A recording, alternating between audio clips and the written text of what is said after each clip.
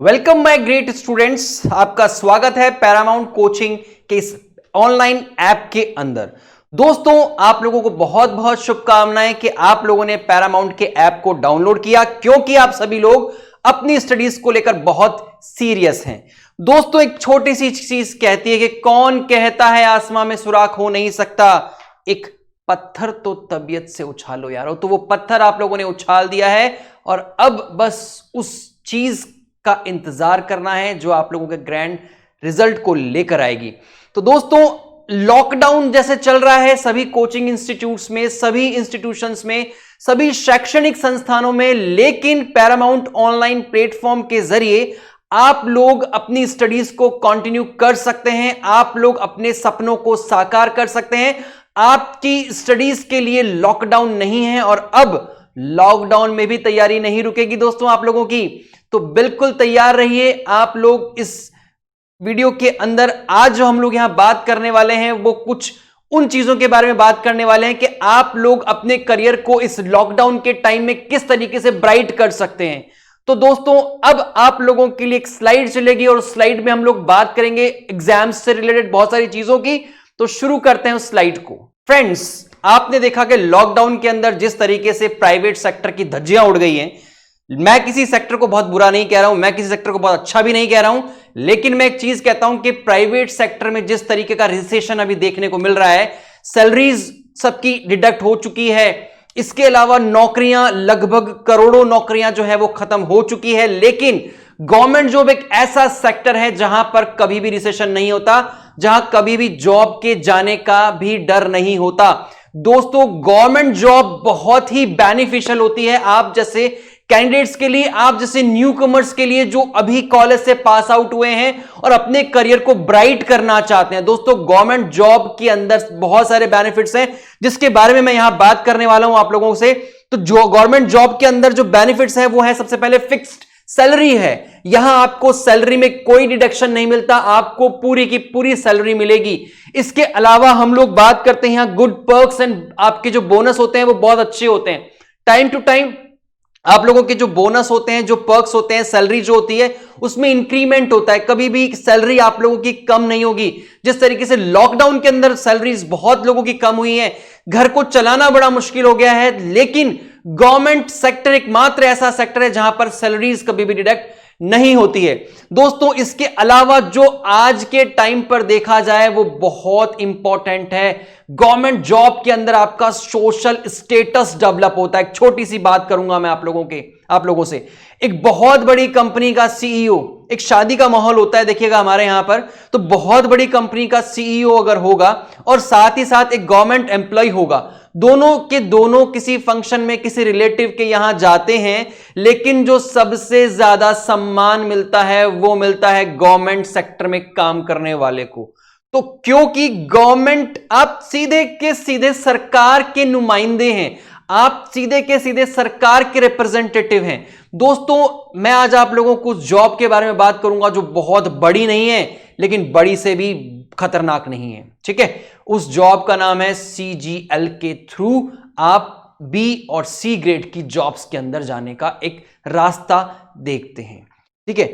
तो मैं आप लोगों को एक चीज कहना चाहता हूं कि भैया, आप लोगों को मैं IAS नहीं बनाऊंगा, लेकिन आप SSC के थ्रू अगर किसी गवर्नमेंट जॉब्स को गेट करते हैं तो वो एक IAS से कम जॉब भी नहीं होती है। आप लोगों के आपके सामने लोग आसपास चक्कर लगाते हैं, आप लोगों से मिलने के लिए तरसते हैं, भैया वो गवर्नमेंट एम्प्लॉय है, उससे मिलना बहुत जरूरी है। तो दोस्तों, गवर्नमेंट जॉब आज के टाइम पर बहुत नेसेसरी हो गई। और एक चीज और है कि जिससे आप प्यार करते हैं उसको पाने का रास्ता भी गवर्नमेंट जॉब ही है। तो अब आप सोचिए कि गवर्नमेंट जॉब आप लोगों के लिए कितना इंपॉर्टेंट है। ये जो आप लोग स्लाइड्स देख रहे हो ना यहाँ पर, ये स्लाइड्स हमारे उन स्टूडेंट्स की हैं जो गवर्नमेंट जॉब के अंदर सेलेक्ट हो चुके हैं, जो अपने सपनों को साकार कर चुके हैं, जो अपनी करियर की बुलंदियों पर पहुंच चुके हैं। उन विद्यार्थियों की वीडियोस यहां पर आप लोग देख रहे हो और मैं चाहता हूं भाई कि अगला जो फोटो लगे इस स्लाइड के अंदर वो आप लोगों का हो। तो क्या आप लोग सभी तैयार हैं इस चीज के लिए? और अगर हैं तो हम लोग अब थोड़ा सा बात करते हैं SSC के बारे में, बैंकिंग सेक्टर के बारे में, और साथ साथ हम लोग बात करेंगे अदर गवर्नमेंट सेक्टर्स के बारे में, जहां पर मैं आपको एक ब्रीफ डिटेल दूंगा ताकि आप लोगों को पता लगे कि भाई कैसी जॉब होती है, क्या स्टेटस होता है, क्या पर्क्स होते हैं, क्या बेनिफिट्स होते हैं, क्या वर्किंग एनवायरनमेंट होता है, उन सब के बारे में बात करेंगे हम लोग नेक्स्ट स्लाइड के अंदर। दोस्तों आज हम लोग जो बात कर रहे हैं वो बात कर रहे हैं पोस्ट अंडर एसएससी सीजीएल-ई। तो सीजीएल एग्जाम्स के अंडर कौन कौन सी पोस्ट यहां पर आती है। सीजीएल का वैसे फुल फॉर्म आप लोग जानते होंगे, अगर नहीं जानते हैं तो उसका फुल फॉर्म होता है स्टाफ सिलेक्शन कमीशन। ठीक है, अब यहां पर जो जॉब्स होती हैं वो दो प्रकार की जॉब्स होती हैं, एक होती है डेस्क जॉब, दूसरी होती है आप लोगों की फील्ड जॉब। डेस्क जॉब के अंदर जो आप लोगों के पास में आता है वो ऑडिटर्स आता है, अकाउंटेंट्स आते हैं और क्लर्क्स आते हैं। इसके अलावा असिस्टेंट भी यहां पर आप लोग होते हैं। तो असिस्टेंट कहां होंगे? सेंट्रल सेक्रेटेरिएट के अंदर, सेंट्रल सेक्रेटेरिएट सर्विसेज के अंदर, जो केंद्रीय सचिवालय है दिल्ली के अंदर जिसका ऑफिस है, वहां पर आप लोगों की पोस्टिंग होती है। मिनिस्टर ऑफ एक्सटर्नल अफेयर्स के अंदर आप लोगों की पोस्टिंग होती है। और इसके अलावा अदर जो और भी पोस्ट होती है इसमें, जैसे आईबी हो गया, इंटेलिजेंस ब्यूरो हो गया, सीवीसी सेंट्रल विजिलेंस कमिटी हो गया, ठीक है, केंद्रीय सतर्कता आयुक्त हो गया जिसको हम लोग कहते हैं, रेलवेज हो गया, डिफेंस में आप लोगों की पोस्टिंग होती है। तो दोस्तों नेक्स्ट हमारे पास में आती है फील्ड जॉब्स। फील्ड जॉब्स के अंदर हम दो कैटेगरीज में डिवाइड कर देते हैं, पहला होता है नॉन टैक्स और दूसरा होता है टैक्स। नॉन टैक्स के अंदर अगर हम लोग बात करते हैं तो इंस्पेक्टर ऑफ पोस्ट यहां पर होती है। इसके अलावा पुलिस की भी पोस्ट यहां पर होती है, क्योंकि एसएससी के थ्रू हम लोग सीपीओ का एग्जाम देते ही हैं, ये आप लोगों को पता ही होगा। इसके अलावा नारकोटिक्स में आप लोगों की जॉब होती है, जो कि मादक पदार्थों के रोकथाम के लिए कार्य करती है जो संस्था। इसके अलावा आप लोग सीबीआई के अंदर सब इंस्पेक्टर बनते हैं। इसके अलावा नारकोटिक्स के अंदर बात करें तो इंस्पेक्टर और सब इंस्पेक्टर दो कैटेगरीज यहां पर होती है। दोस्तों टैक्सेबल जॉब्स की बात करें, टैक्सेबल फील्ड जॉब्स की बात करें तो टैक्स के अंदर हम लोग इसको तीन कैटेगरीज में डिवाइड कर सकते हैं। एक कर सकते हैं असिस्टेंट एनफोर्समेंट ऑफिसर, जिसको हम लोग शॉर्ट फॉर्म में बोलते हैं एईओ। दूसरा होता है इनडायरेक्ट टैक्स और दूसरा होता है डायरेक्ट टैक्स वाले जॉब्स। तो डायरेक्ट टैक्स के अंदर जो हमारे पास में होता है वो इनकम टैक्स इंस्पेक्टर होता है। आज के टाइम पर हर कोई जानता है भैया इनकम टैक्स इंस्पेक्टर क्या होता है, उसका रॉब क्या होता है, उसकी जॉब की उसका क्राइटेरिया क्या होता है, ये सबको पता है। ठीक है, फिर बात करते हैं हम लोग इनडायरेक्ट टैक्स में, तो इसको भी हम लोग तीन कैटेगरीज में डिवाइड करते हैं, एग्जामिनर, प्रिवेंटिव ऑफिसर, पीओ और एक्साइज इंस्पेक्टर, जिसमें आप लोगों को एक ड्रेस मिलती है, आपके कंधे पर 3 सितारे होते हैं, सितारों पर आप सितारे लगे हुए होते हैं आप लोगों के यहां पर।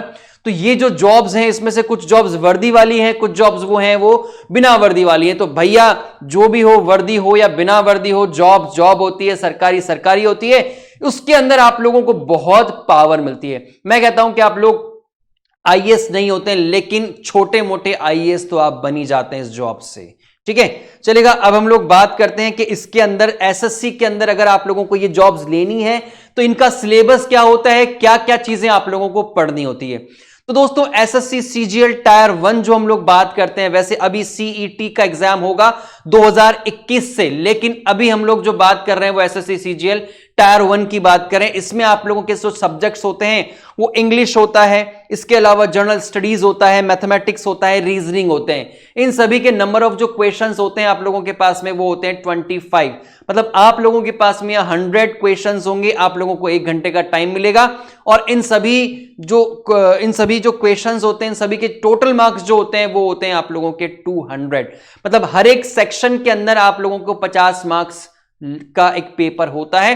ध्यान रखिएगा यहां नेगेटिव भी होता है, नेगेटिव जो होता है वो आप लोगों का होता है 0.50। ठीक है, तो दोस्तों बहुत मुश्किल नहीं होता इंग्लिश की तैयारी करना, जीके की तैयारी करना, मैथ की तैयारी करना, रीजनिंग की तैयारी करना। मैं एक चीज कहता हूं कि किसी भी चीज के पीछे पड़ जाओ, वो आप लोगों को याद क्यों नहीं होगी। मैं हमेशा एक चीज कहता हूं कि भैया अगर आपको किसी चीज को पाना है, अगर आपको किसी चीज को पाना है तो उसको पाने के लिए जितने भी प्रयत्न होते हैं, जितने भी एफर्ट्स होते हैं, सब के सब लगा दो।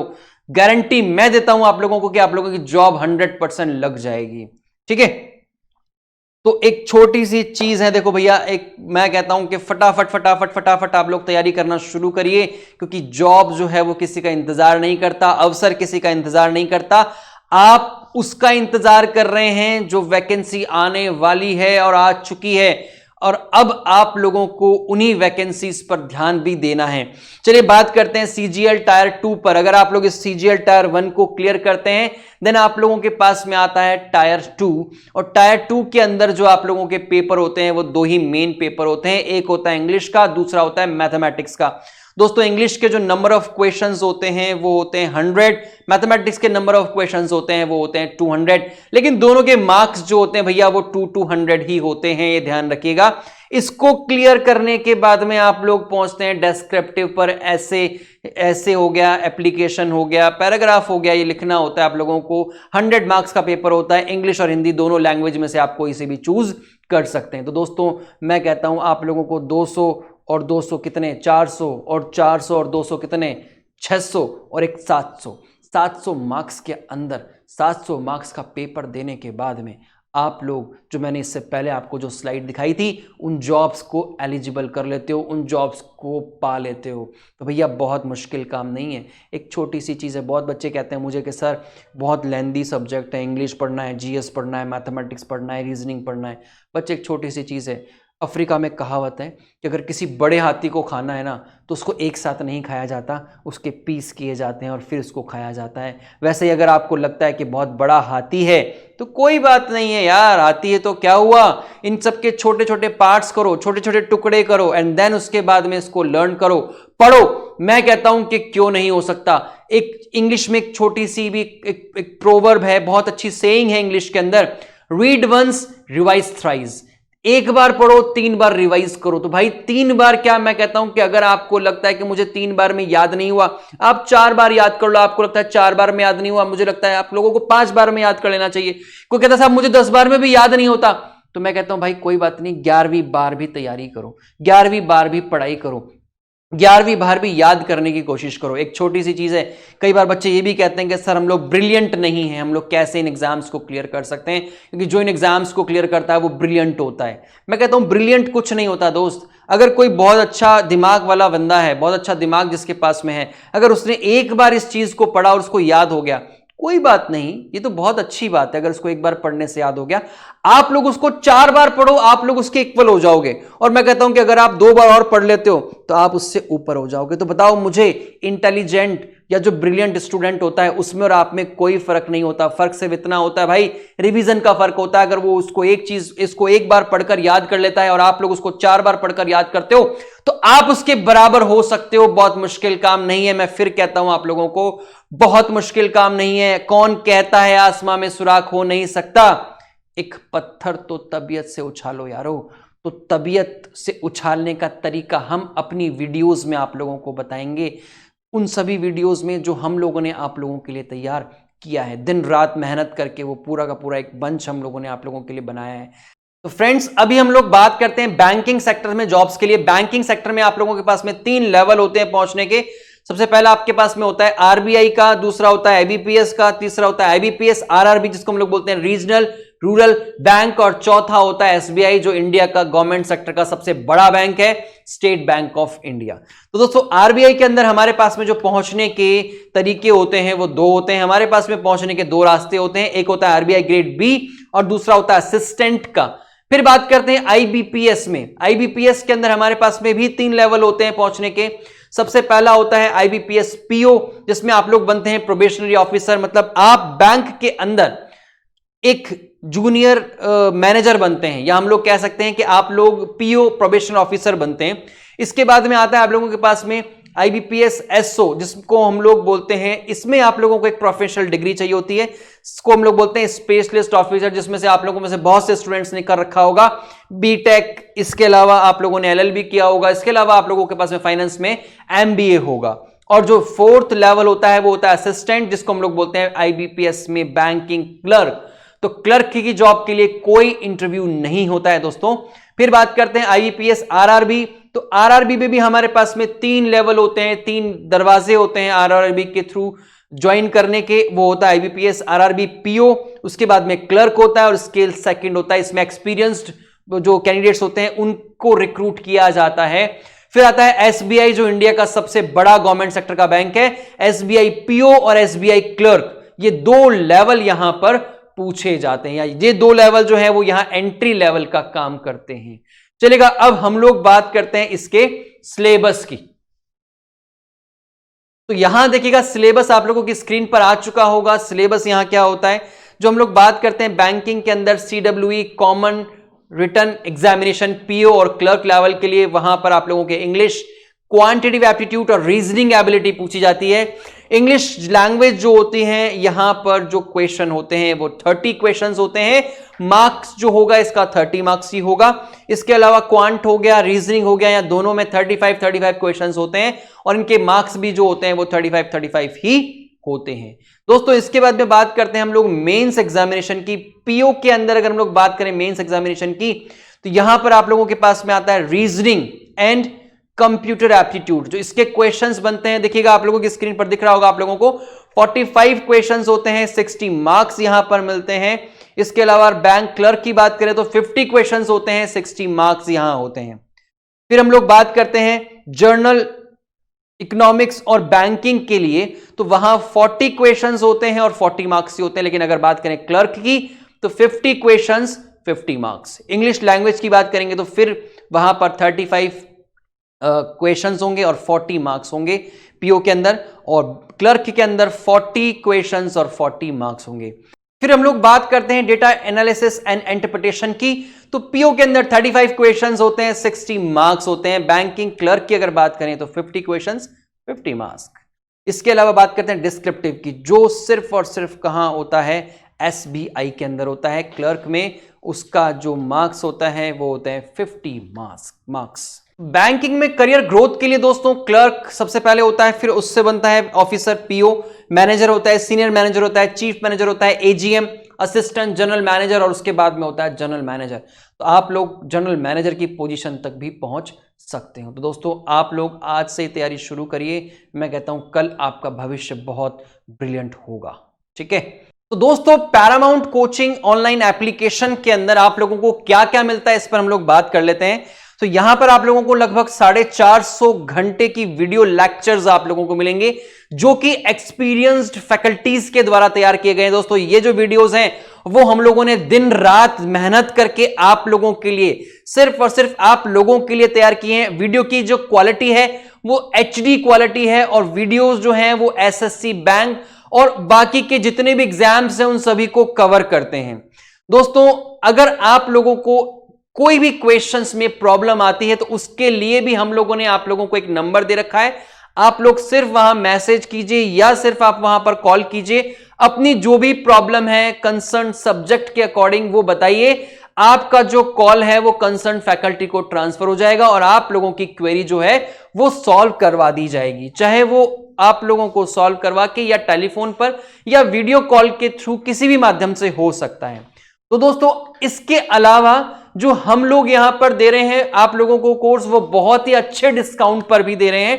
इसके साथ साथ एक प्लस पॉइंट और भी है जो शायद आप लोगों को कहीं नहीं मिल रहा होगा, वो ये है कि आप अगर ऑनलाइन कोर्स परचेज करते हैं और जैसे ही एजुकेशन इंडस्ट्री से लॉकडाउन हटता है और आप लोग चाहते हैं कि अब मुझे ऑफलाइन बैचेस भी ज्वाइन करने हैं, क्लासरूम सेशंस भी मुझे लेने हैं, तो आप लोगों की उतनी फीस डिडक्ट हो जाएगी और आप जो है वो classroom sessions plus online video दोनों को एक्सेस कर पाएंगे। तो इसके लिए कोई एडिशनल चार्ज आप लोगों को नहीं देना होगा। तो दोस्तों बहुत अच्छा ऑफर हम लोग आपको यहां पर दे रहे हैं, तो फटाफट इस ऑफर को ग्रैब करिए और अगर कोई प्रॉब्लम हो तो दिए हुए नंबर पर कॉल करिए और हमसे कंसल्ट करिए। थैंक यू दोस्तों, आप सभी लोगों के ब्राइट फ्यूचर के लिए एक छोटा सा शेर मैं यहां पर बताना चाहता हूं, छोटा सा शेर मैं पढ़ना चाहता हूं आप लोगों के लिए। सोचने से कहां मिलते हैं तमन्नाओं के शहर, सोचने से कहां मिलते हैं तमन्नाओं के शहर, चलना भी जरूरी है मंजिल को पाने के लिए। दोस्तों मिलते हैं आप लोगों से बहुत जल्दी, तब तक के लिए bye bye, have a nice day. अपना और अपनों का ख्याल रखिएगा।